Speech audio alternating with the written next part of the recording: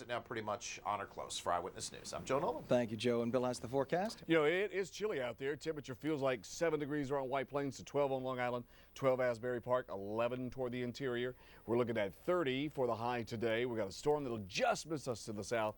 It pulls down more cold air for tomorrow. We're only at 26 for the high. But you can see outside it's pretty. We got sunshine and blue skies. We're going to 30 today. It'll feel like the teens and low 20s much of this day today. Now, as we get into the rest of the week, it will warm up. It's going to warm up to 42 by Friday, but another cold system comes in Friday night. That drops the temperature to the 30s on Saturday and down into the 20s for Sunday. Stay warm. Have a great day. Ken? Thank you, Bill. That's the news for now. We now return you to ABC's coverage of Barack Obama's inauguration, a live look outside St. John's Church in D.C. Tomorrow beginning at 5 a.m. After the celebration, it's time to get to work. Eyewitness News is live at the Capitol with President Obama's first full day on the job. Tomorrow beginning at 5 a.m. Oprah's post-inauguration special from the heart of Capitol Hill. We're in Washington, D.C. Next Oprah. Tomorrow at 4, right here on ABC 7. January 20th, 2009. ABC News invites you to the inauguration of Barack Obama, the 44th President of the United States of America.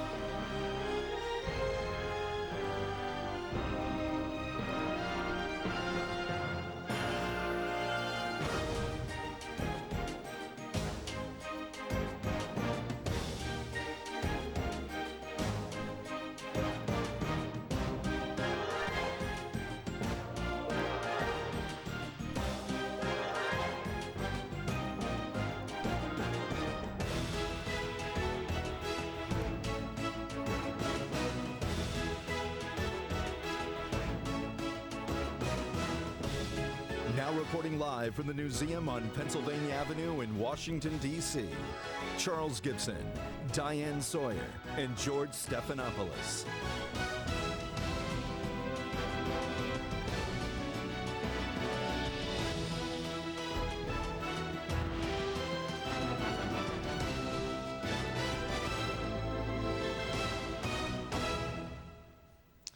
Good morning, everyone. It is a pleasure to have you with us, and this is a day when we do indeed invite you to the inauguration of the 44th President of the United States. Diane Sawyer, George Stephanopoulos, and I are going to be here throughout the day. I advise you to put your feet up, get some of your favorite beverage, some of your favorite snacks, and stay with us all day long. 3/4 of the country, they say, is going to be watching or listening to this ceremony today, this inauguration of Barack Obama. But I hazard to say the other quarter are actually here in Washington, down on the Mall. This is such an extraordinary day. There is a majesty to this day that really is the hallmark of our democracy.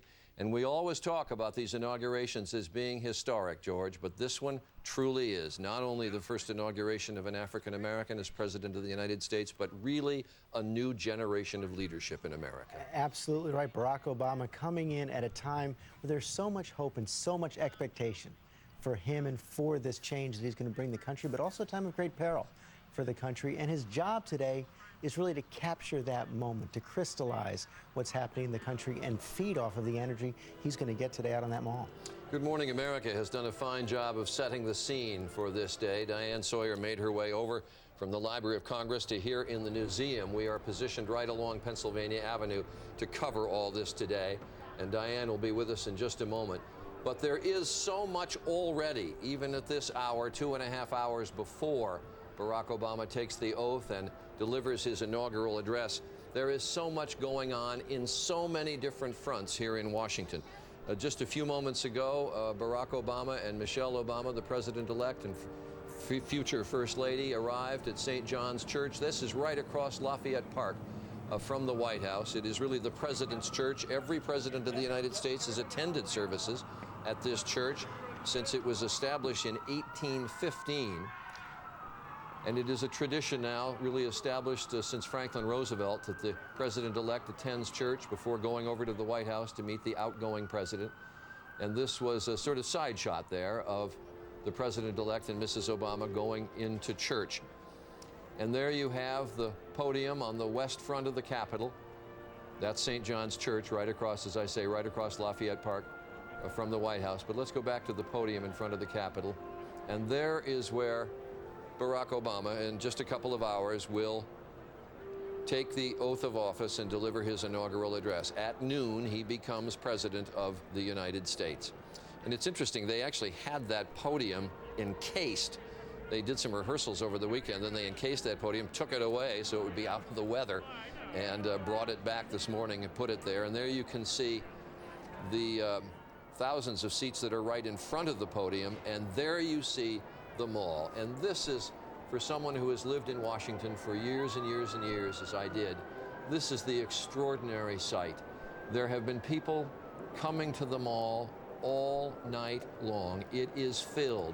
And if I can go back, Roger Goodman, our director, if I can go back to the, there you see some of the faces of the people, but if I can go back to that wide shot, there you see one of the giant television screens there on the left that people will be watching who are along the mall. These are stationed all the way down the mall with huge speakers. So even if you are a mile and a half away, standing at the foot of the Washington Monument, you will still have one of those there. You see another one on the right side of your screen, another one appearing there. You'll be able to see what takes place a mile away. You really can't see a whole lot of the Capitol itself, but you're there. But Charlie, imagine being Barack Obama at around noon today, looking out over that sea of humanity and saying, I am now going to speak to the entire nation, to the entire world.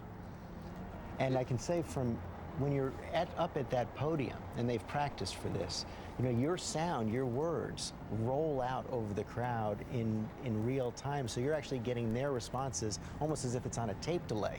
And they've coached the president-elect to sort of plow right through it. It is really amazing. People have been coming, as we said, all night long. They have actually closed down the mall now. There was some report that some of the police security checkpoints, as people went to the mall, were overwhelmed by people coming in. But they are now directing everyone, Diane Sawyer now joining us, they're now directing everyone to the Washington Monument grounds, because that's really how far you have to be away. As I say, it's about a mile and a half down the mall. That's how far you have to be away to actually get a line of sight view now of the Capitol. It is true, and it's so interesting what's going on outside there, and I'm going to try not to pant because I did have to run the last few blocks, but they appear to be closing off streets. You've got your track shoes on. I do. It's not a pretty sight. But they close off streets, then they suddenly open them. Then they tell you another street is open, but then they'll close it, then they'll open it. All of this seems to be part of a highly orchestrated security approach to today. And of course, we saw earlier when the president-elect left for the church, we had been told that he would make the long circuit around. He went straight to the church. Have to believe part of that, too, is just very, very highly organized and choreographed security. I saw the head of the president's inaugural committee, Senator Dianne Feinstein, just the other day. And you know, she's also the chairwoman, incoming chairwoman of the Senate Intelligence Committee. That was her #1 concern, she said. She's gone over every detail of this ceremony, but security is at the top of everyone's mind. We're going to be talking about security a good bit during this day. There's almost, there's never too much, I guess, but there is almost too much. I mean, it is every place you go, checkpoint upon checkpoint upon checkpoint, and 40,000 different security people. Washington police, military, it's not dampening the enthusiasm out there, though. It is not dampening any of the enthusiasm. And I want to go, I mentioned things are taking place in so many different venues around Washington. We showed you the church, we showed you the podium, you see them all there. Also, at the White House itself, there is already activity. The outgoing president, President Bush, and Mrs. Bush obviously awaiting the arrival of the Obamas in a few moments. But as you see there are people decorating the White House, painting, getting ready for the new occupants. This all happens so very fast. The transition really at the White House is virtually immediate. The old president leaves, the new president arrives, the house is redecorated, and it is all ready for the new president with his furniture moved in. I heard you talking on Good Morning America. They put toys on the beds for the kids. 95 people are at work right now to do this in 4 hours. They're putting the right snacks in the refrigerator. They've already interviewed the First Lady-to-be about whether she wants televisions in the girls' rooms and where she wants them around. I suspect the answer to that was no, but I don't know. Did they ask the girls? I want to just say one word about the trip here, too, because the crowds are not sticking to the sidewalks. They're moving into the streets, very orderly, though. And we keep hearing these reports. People are handing out free Starbucks coffee. There are prayer groups forming on street corners around town. It is, as our Terry Moran said, a kind of masterpiece of American democracy at work in the city. Yeah, I asked people, do you really expect to see anything from where you're going to be? No, but we're just here. Matter. That's all that's important. I want to go to Jake Tapper, who is going to be with us through the morning up on the podium where the inauguration is going to take place. And Jake, I gather when I said things are happening in so many different venues around town, people already, notables already filing in more than 2 hours before the ceremony itself. That's right. Just in front of me, I can see Smokey Robinson, and Denzel Washington was here earlier. Obviously, we expect some of the cabinet officials, members of Congress and the Senate to be coming here shortly. It's a momentous day, and a lot of people here are obviously very excited. The crowds, I know you're going to be covering the crowds with Bill Weir in a moment, but just as somebody who's lived in this town for 15 years, I've never seen anything like it. People lining the streets, hundreds of thousands of them before sunrise. I asked President-elect Obama's team this morning, how's he doing? How's he feel? And they said that he is calm as always. He's a fairly unflappable fellow, as you know, but he's joyful, but very, very focused on the fact that he has been working very, very hard for 2 years, and it all comes down to today. This is the moment. They're obviously very seriously talking about the challenges facing this country, and that will be mentioned in his address today. And they're also talking about getting to work. At about 1:30, a van is going to pull up, or a few vans, and take Rahm Emanuel, the incoming White House Chief of Staff, and some of the other White House staffers from here at the Capitol to the White House. They'll pick out their chairs, argue about which ones are the best, I suppose, and then start working, even as the parade is going on. So it's a day of celebration, but it's also a day that President-elect Obama and his team are well aware comes with an immense challenge in terms of the repair work that needs to be done when it comes to the economy and the two wars going on right now. Charlie. All right, Jake Tapper, thanks very much. You saw Michelle Obama, by the way, going into church. There's so much curiosity about what you wear and what outfits the First Lady will have. Michelle Obama's wearing an outfit designed by Isabel Toledo. Does that mean anything? I don't know designers. Cuban-born American designer, and I love your fashion commentary, Charlie. I expect you to carry this. I expect you to carry this straight to the balls. But on a very serious front, George, you had said to us first thing this morning the president-elect had already received his national security briefing on the nuclear code. Every incoming president gets it right before they go to the church. He gets it from the former national security advisor, and the military aide who carries that football instructs him in using those codes, but he will not get the actual card that activates the codes until after he's sworn in. It is a moment, though. Every president writes about it in his memoirs, and I've been reading memoirs over the last couple of weeks. Every one of them writes about the fact that though you run, always anticipating what it will be like, though you have the transition and people are talking to you about what it will be like, there is a moment on this day when they suddenly realize it's on my shoulders. I will never forget being in Blair House in 1992 after Bill Clinton walked out with Brent Scowcroft, President Bush's national security advisor, and it was the most sobering moment of the previous 2.5 years. You watched them both walk out with red-rimmed eyes, conscious of what had just happened. All right, we're going to take a commercial break. The Obamas emerging from church fairly soon. More activities of this inauguration, the 56th inauguration of a president of the United States. Stay with us. There is not a liberal America and a conservative America. There is the United States of America. We are more than a collection of red states and blue states. Young, old, rich, poor, black, white, Hispanic, Asian, Native American, gay, straight, because we are and always will be the United States of America.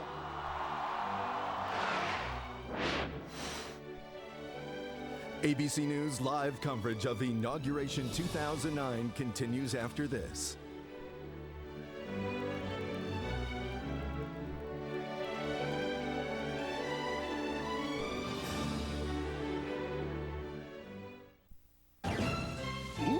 la! It's ShopRite's Can sale. Now, ShopRite does the can, selling lots of brands of everything in cans. Today it's great to save some cash, so come to ShopRite's Can Bash. From can, you'll save much more on every brand. It's can time. 4 cans of red pack tomato sauce $1, and chicken of the sea tuna only 99 cents. Now's the time to stock up while the values last. Ooh la la! I only paid for this much carpet. But look at how much I got. It's Empire's 60% off event, when you can get a lot more carpet for a lot less. Choose from a wide selection of quality products right at home and save 60%. That's huge. Plus, we install next day and no payments till 2010. 60% off carpet won't last long. Call Empire today. 800-588-2300 Empire. Today. Medicare. It doesn't cover everything. And what it doesn't cover can cost you some money. That's why you should consider an AARP Medicare Supplement Insurance Plan, insured by United Healthcare Insurance Company. It can help cover some of what Medicare doesn't, so you could save up to thousands of dollars in out-of-pocket expenses. Call now for this free information kit and Medicare guide. If you're turning 65 or you're already on Medicare, you should know about this card. It's the only one of its kind that carries the AARP name. See if it's right for you. You choose your doctor. You choose your hospital. There are no networks and no referrals needed. Help protect yourself from some of what Medicare doesn't cover. Save up to thousands of dollars on potential out-of-pocket expenses with an AARP Medicare Supplement Insurance Plan, insured by United Healthcare Insurance Company. Call now for your free information kit and Medicare guide and find out how you could start saving. President-elect's mind, but I too wonder what's going through your mind.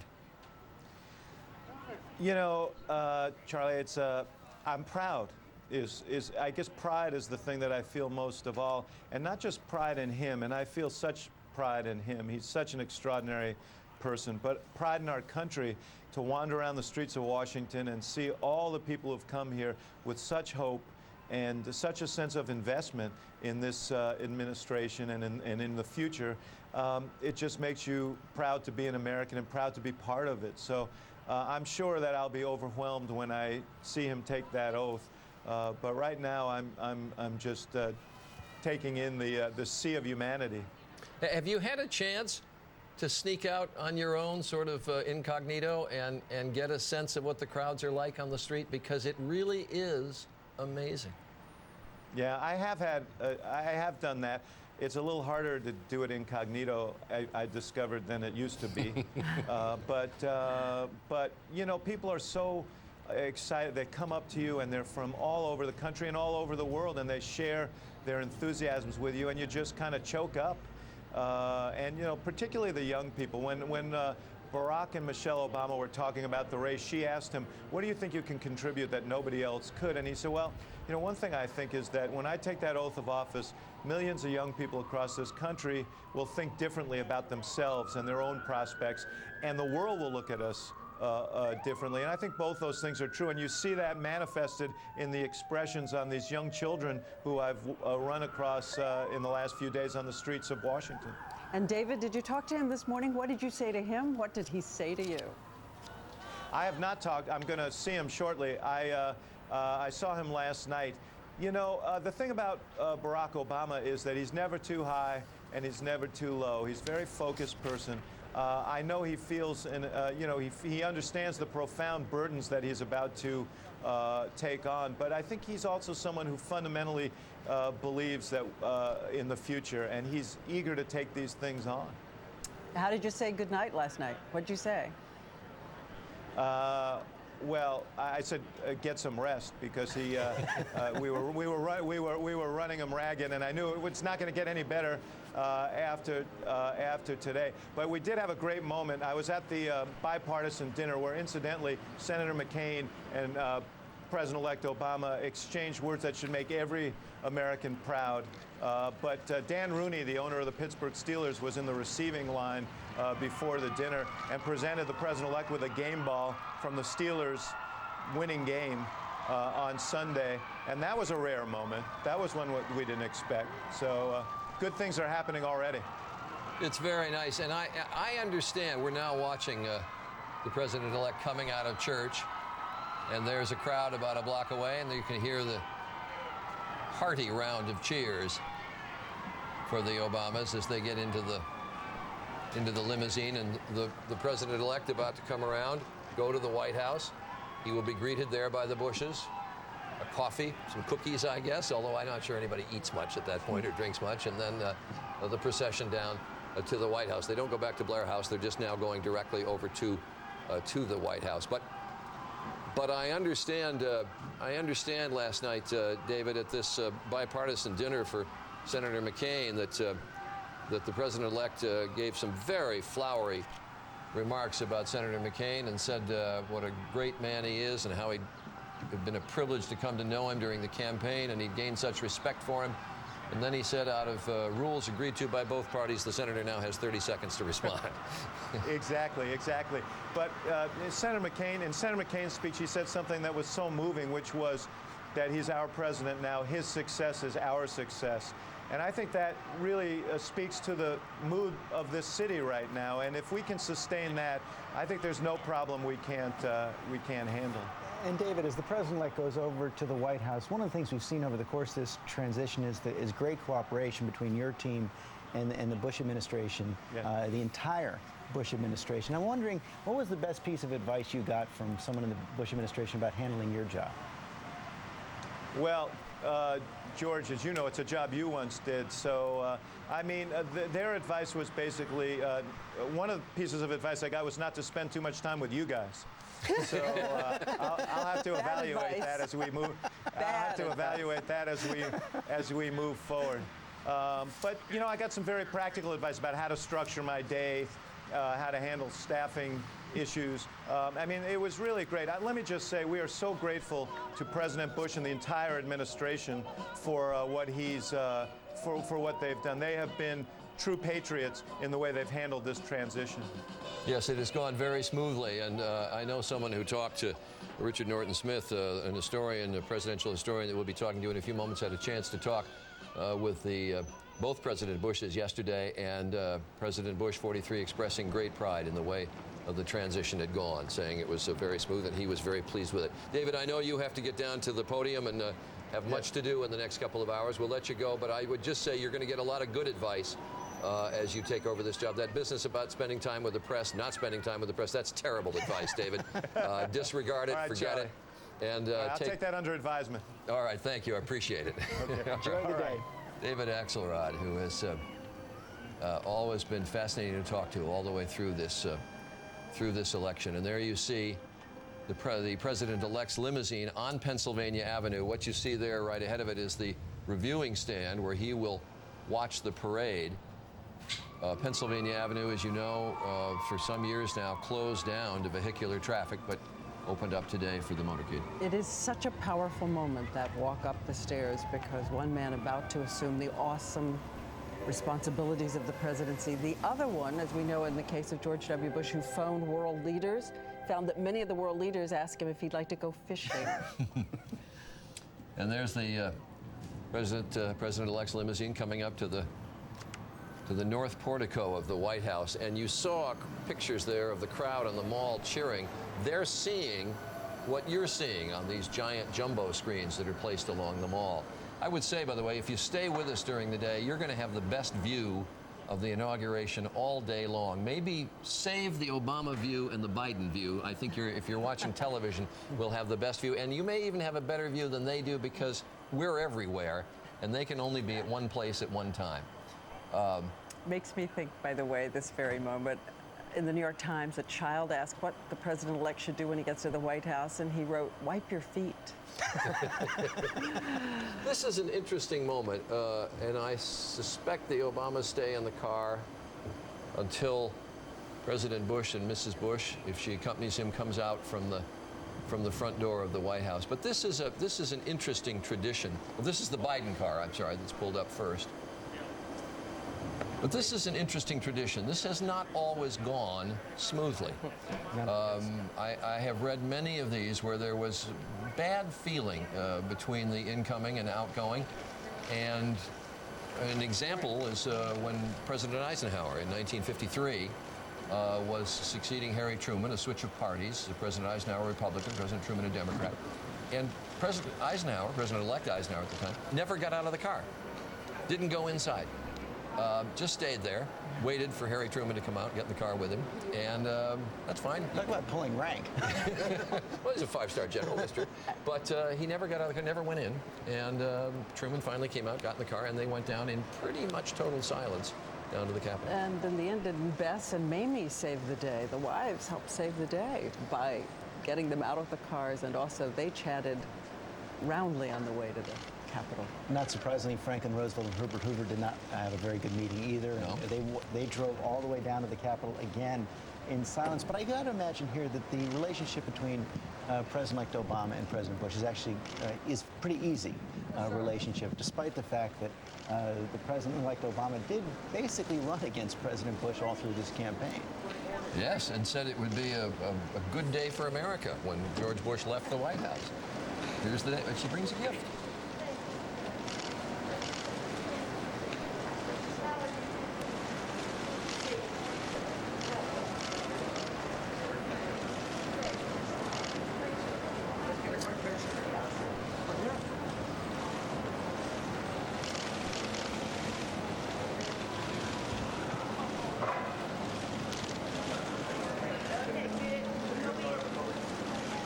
The pose for pictures, inside they go, private moments.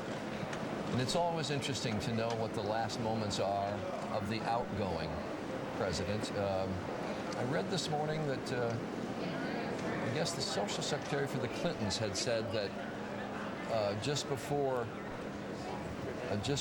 George Bush showed up at the White House, that they went around and looked at each of the staterooms again. And then there was a band playing in the front hall, and they did a little dance. I know the Reagans walked around. Ronald Reagan went to the Oval Office and took one last look at the Oval Office, and I'm told as he left the Oval Office, turned and saluted. So every first family has their own sort of way of transitioning out of the White House. And when Barack Obama walks into the Oval Office this afternoon as president, there will be a letter on that desk from President Bush to him. Already written, yes. That was something I think Reagan started for George Bush 41, and it is a tradition continuing. This is the San Francisco Girls and Boys Choir who are performing at the Capitol, warming up the crowd, in effect, if you can warm it up on this rather cold day. But again, as we know, the peaceful transition of power takes place in human moments, and right now, a very human moment. The outgoing president, the incoming president. We'll be back. Stay with us.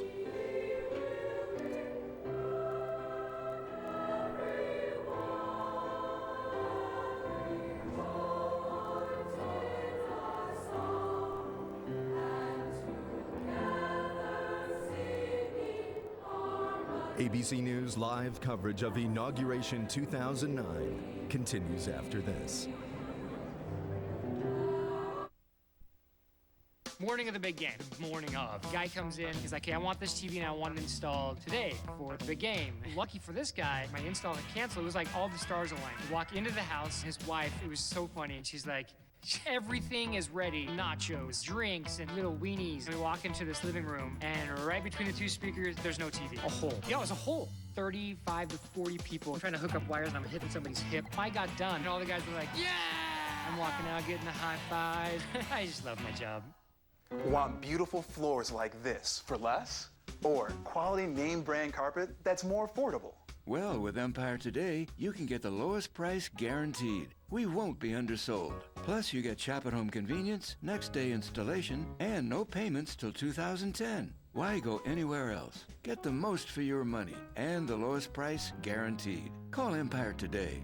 800-588-2300 Empire. Today. Hey, Optimum, check out my commercial. Hey, it's the Optimum Triple Play. IOTV has what you want to see. Music, sports, and your favorite movies. Hundreds of channels plus free HD. Just $29.95 is so crazy. 877-333-4009. With Optimum Online, get super fast speed. Download videos, whatever you need. Surfing's never been more fun, you'll see. At $29.95, this deal is so sweet. 877-333-4009. Talk all you want with optimum voice. With one flat rate, it's the smartest choice. U.S., Canada, Puerto Rico. $29.95, you could even call Joe.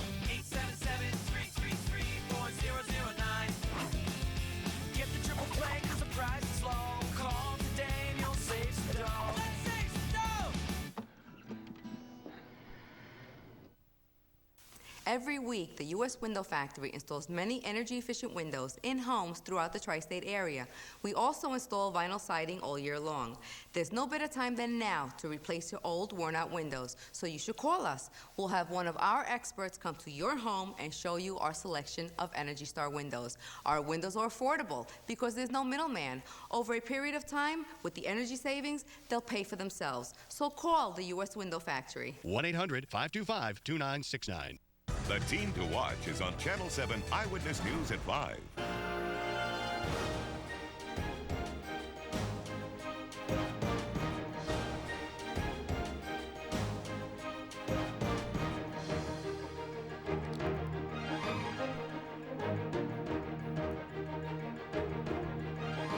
January 20th, 2009. ABC News invites you to the inauguration of Barack Obama, the 44th President of the United States of America. Now reporting live from the Museum on Pennsylvania Avenue in Washington, D.C., Charles Gibson, Diane Sawyer, and George Stephanopoulos.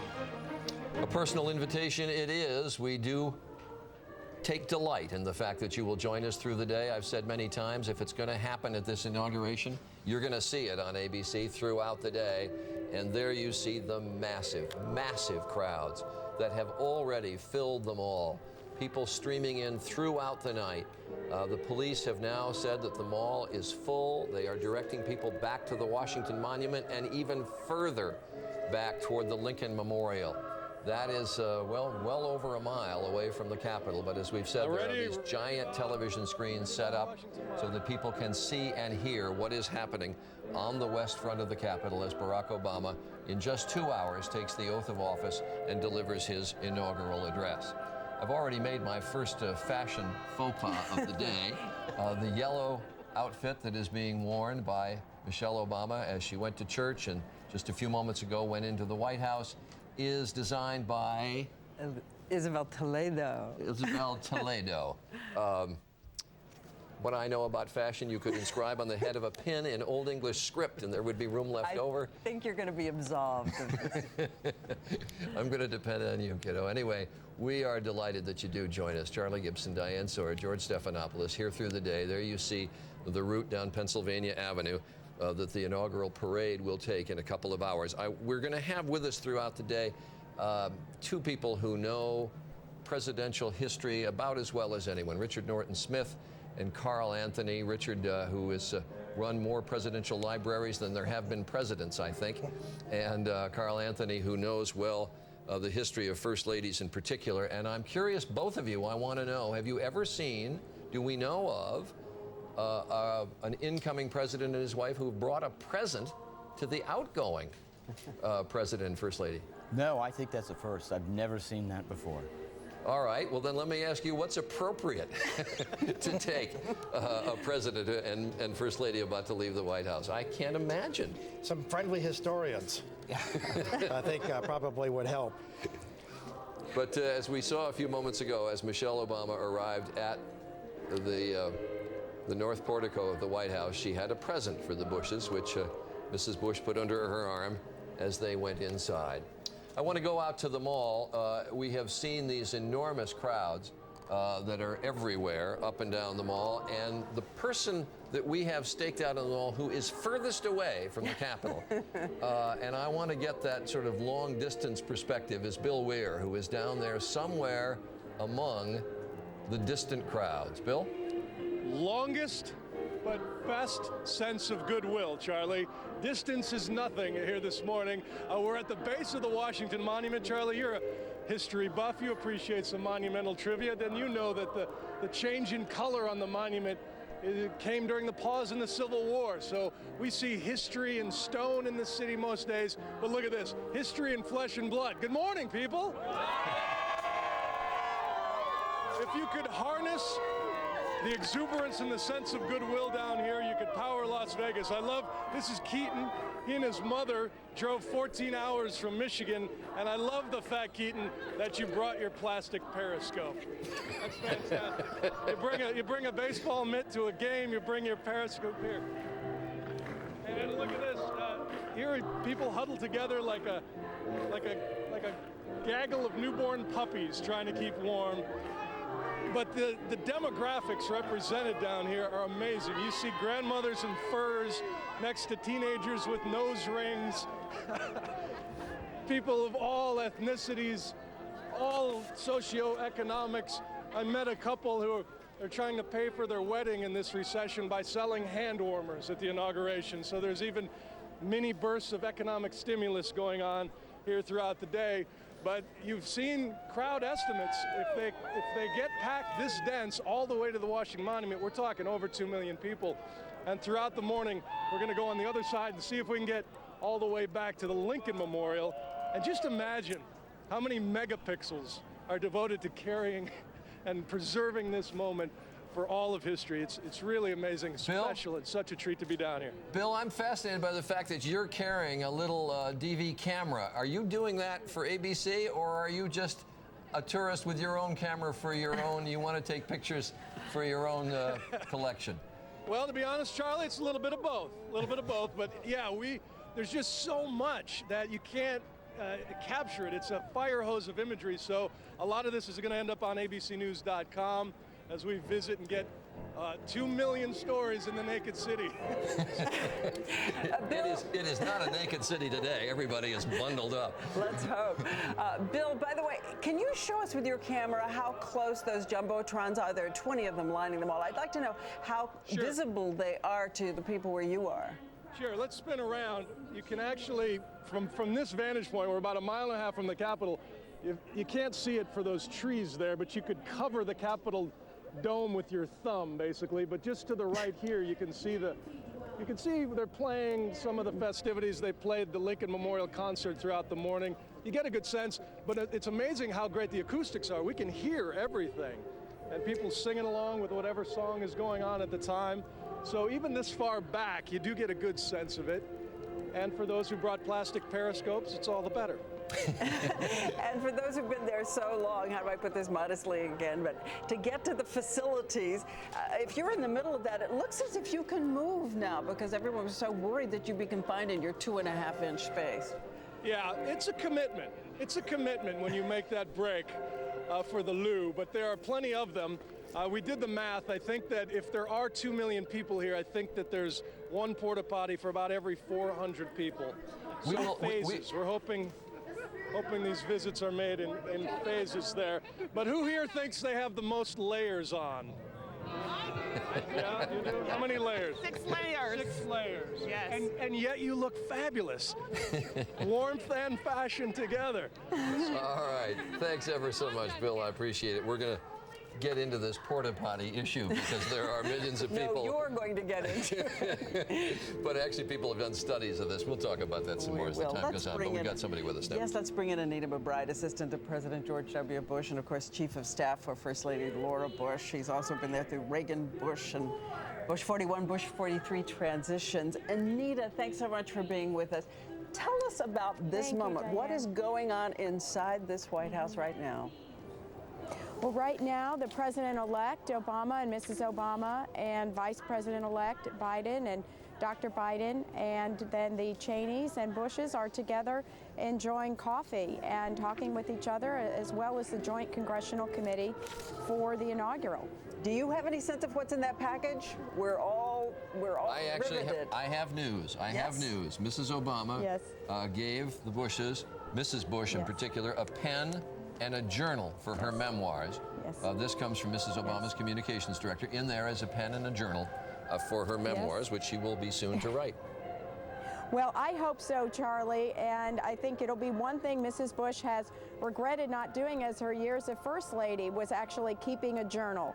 But she has terrific mementos and schedules and photographs to help her remember her years as First Lady. So this journal was a very thoughtful gift by Mrs. Obama.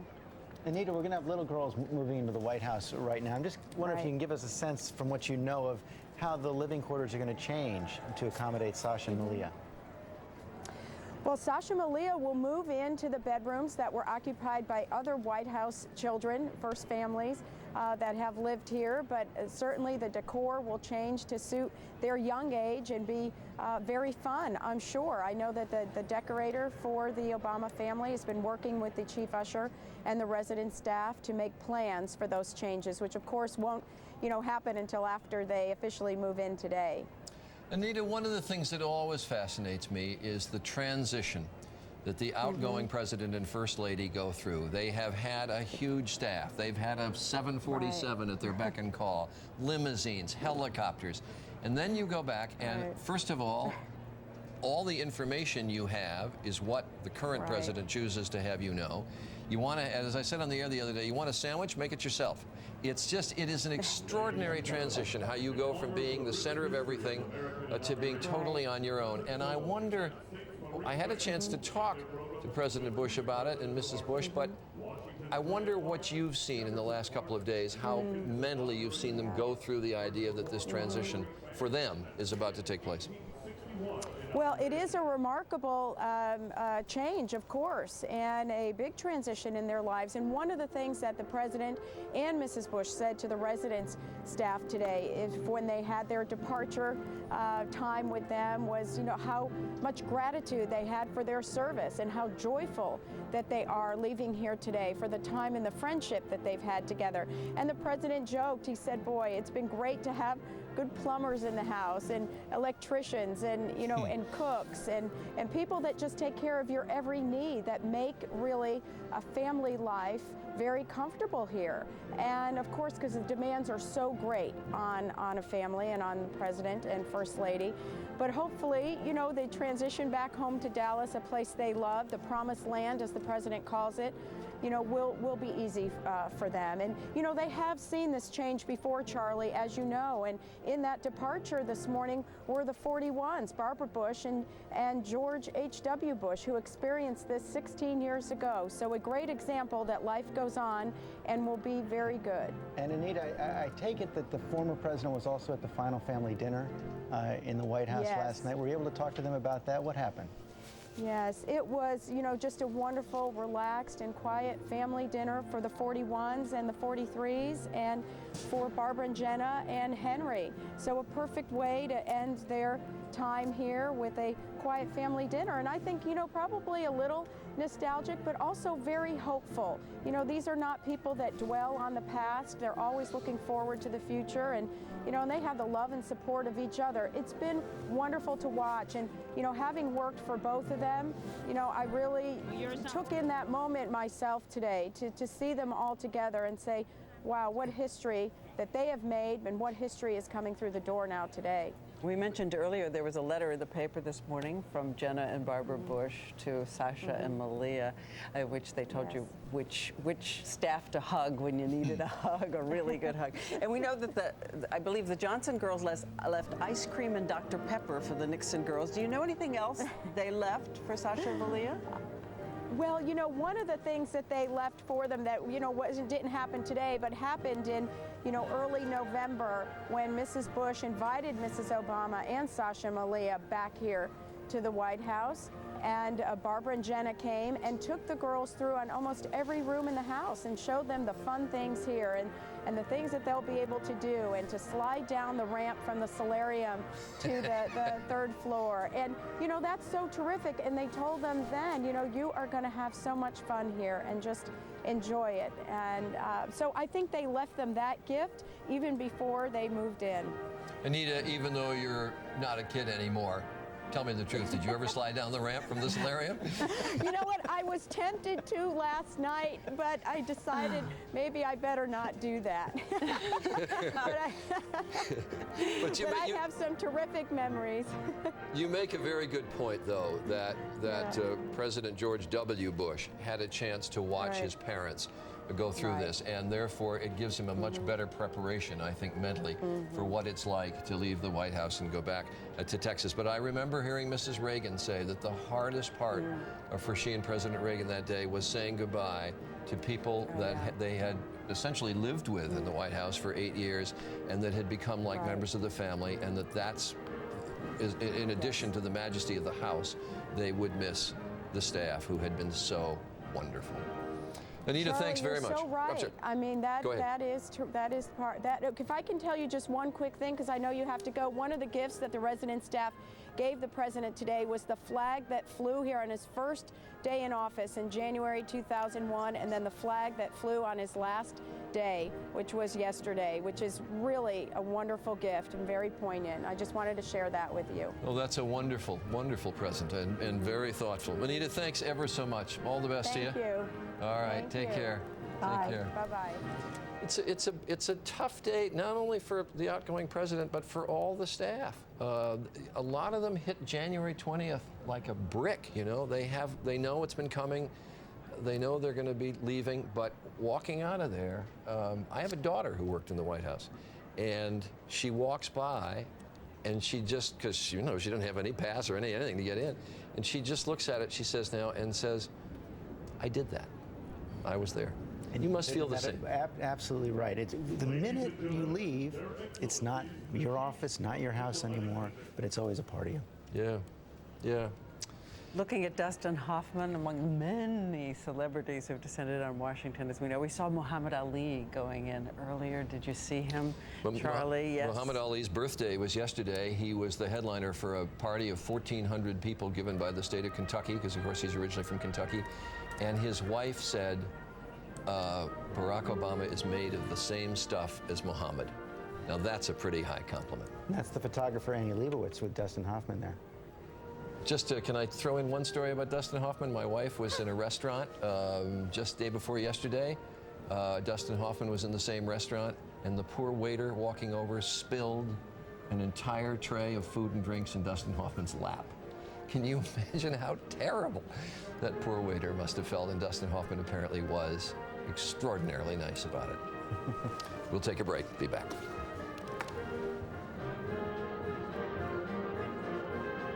You have shown what history teaches us. And at defining moments like this one, the change we need doesn't come from Washington. Change comes to Washington.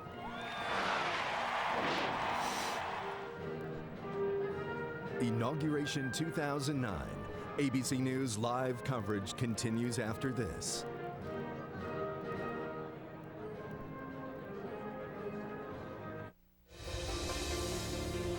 Wherever there is life, there are stories of unbelievable adventure and characters filled with amazing courage. This Earth Day, join 3 families on an incredible journey across our planet, as only Disney can show you. Disney Nature presents Earth, rated G, in theaters this Earth Day. At first, it was a relief to know what was wrong. Whew, diabetes, is that all? And then all of a sudden I was like, huh? I felt amazingly boxed in. Anything to make it easier means you're making my life easier. Now, Joe simplifies his life with the new Contour meter from Bayer, the only meter that can be easily personalized in 4 new vibrant colors. My meter absolutely adapts to me and my lifestyle. Being outside of the box is my simple win. The new Contour meter from Bayer, now in 4 vibrant colors. Arthritis doesn't know when to quit. It shows up early and stays late. Tylenol Arthritis works with your body to block pain fast, with one layer that dissolves quickly and another that gives you time-released relief all day. So you not only feel better, you feel better knowing Tylenol works as hard as your arthritis.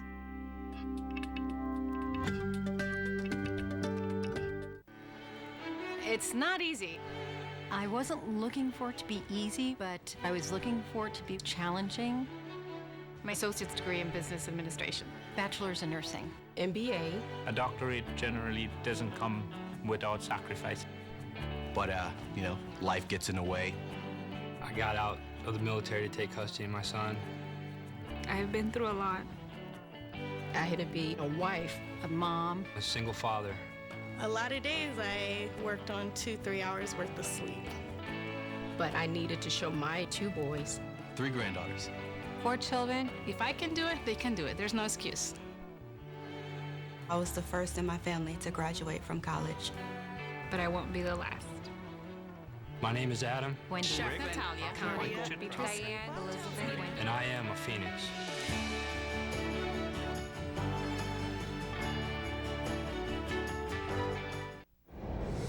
In one day, the New Year's biggest premiere. I know what's happening. Where are you going, Mommy? Is finally here.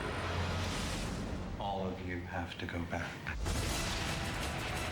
Never should have left that island. Run!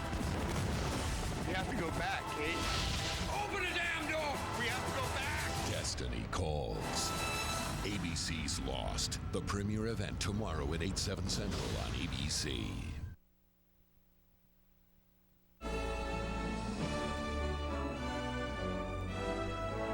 A picture from the base of the Custis Lee Mansion in the center of Arlington National Cemetery, panning over across the Potomac River to the mall, now filled with people for the inauguration of Barack Obama, and there in the foreground is the eternal flame that marks the graves of John and Robert Kennedy. There in Arlington Cemetery, which is one of the most beautiful and peaceful places to visit when you come to Washington. If you don't go to Arlington, you really haven't made a complete visit to this city, because it is a sacred place, truly. And there you look over Washington in its splendor, Pennsylvania Avenue on the right, where the inaugural parade will go. It'll go from the People's House, the Capitol, to the President's House, the White House, and there the mall filled now with hundreds and hundreds of thousands of people. We might point out, by the way, that the ticketed attendants are beyond the pool you see there. They're beyond that reflecting Grant pool. statue and the reflecting pool. And they're yet another layer. You can almost see 4th Street back there where it begins the unticketed section. So you get a sense again how far away you are. We did a measure, and from the ticketed section, you can almost see a person. That's about what you can see. On the podium in front of the Capitol. Yes, from the end of the ticketed section. This inauguration on the west front of the Capitol is actually relatively recent. Ronald Reagan in 1981 was the first to be inaugurated there. This will be the 7th inauguration on the west front. Previously, they were on the east front with not nearly as scenic a view. The president, as he would deliver his address, was looking out really at the Supreme Court and the Library of Congress, but without any kind of vista that you have from the west front, and it was suggested to Ronald Reagan that that would be a better place to do it. He agreed, and it was a beautiful day on his first inauguration. One of the warmest, over 50 degrees. The sun came out as he stepped forward, and they've had the inauguration there on the west front ever since. A couple of pieces of news to mention. An unfortunate incident. So many people have been coming to the mall and to these ceremonies by Metro. That is the Washington subway system, which is an exquisite subway. And Metro officials say a person has been struck by a subway train on the principal line that goes downtown, prompting officials to close a couple of stations, turn around some trains. It's going to make it difficult for people to get here. 68-year-old woman, I understand, who was hit? Yes, 68. And no word if it was because of overcrowding on these platforms. She is alive, and we don't know her condition, but she was struck by a train. But we don't know if it was overcrowding, and people are urged to stand a couple of feet back, and there are flashing lights along the edge of the platform as the trains come in. But anyway, a woman has been hit.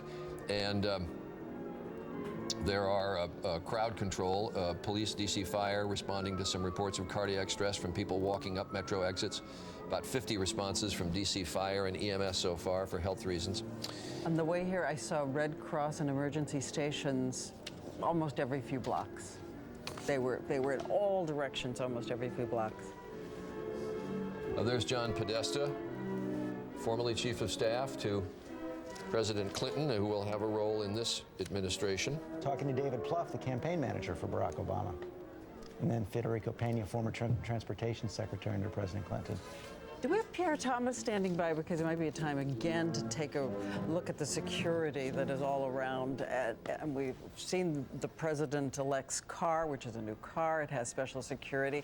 We have talked about the fact that there are, anywhere from 20 to 30,000 police and troops here. Compare that to the size of the force in Afghanistan, about the same thing. Pierre, where are you now? I'm standing here at the Mobile Command Center of the FBI. They'll be staffing this in a few moments. This is one of the units that would respond if there's any kind of major incident on the mall. It would give the FBI essentially situational awareness where the commanders in this truck would be able to view what's going on. As you can see, they have cameras mounted on the outside of this particular vehicle. Again, the FBI commanders would be able to see what's going on and report back to headquarters. Now, Diane, it's really hard to overstate the amount of security at this particular event. This is the largest scale security event in U.S. history. You have military jets patrolling overhead, you have Coast Guard patrolling the waters, and you have undercover agents in that large crowd to make sure nothing goes wrong. They're talking with people, they're mingling with the crowd, they're trying to have, again, situational awareness at all times. Right now, officials say the crowd is very well behaved, no major incidents to report, but officials say they have to be prepared for nightmare scenarios. Yes, we had heard that there's an entire separate cellular network. There are separate GPS systems, all for the security forces? Yes, they also are able to track their people in the field. They will know where all the law enforcement officials are at any given moment. So, again, if something were to happen, they would be able to direct those people to the incident very, very quickly. And we saw this morning that the ticket holders go through metal detectors and security. Those who were further out did not.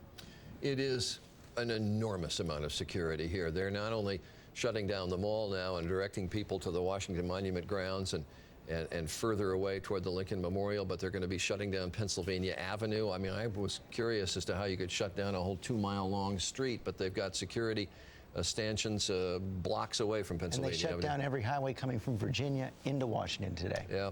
All the bridges coming from Virginia into Washington were shut down at 2 o'clock this morning. It was very difficult to get into town, and it's very difficult to get through the security. And as you can see, hundreds of thousands of people have on the mall. Jake Tapper is up on the podium and has a guest that I think probably everybody in the country will recognize. That's right. I think everybody in this huge crowd of people, maybe 3-4 million people, would know the man I'm standing with, Earvin Magic Johnson, number 32 from the Los Angeles Lakers. Tell me, Magic, first of all, what is it like as an African American? I never thought I'd see this day, and I'm younger than you. What's it like personally? What are you feeling? Well, it's a lot of emotions, really, because I never thought it would happen either. It shows you how America has really grown and progressed, and we picked the best candidate and the best man for the job in President-elect Obama and soon to be President Obama. So emotions are running high for myself and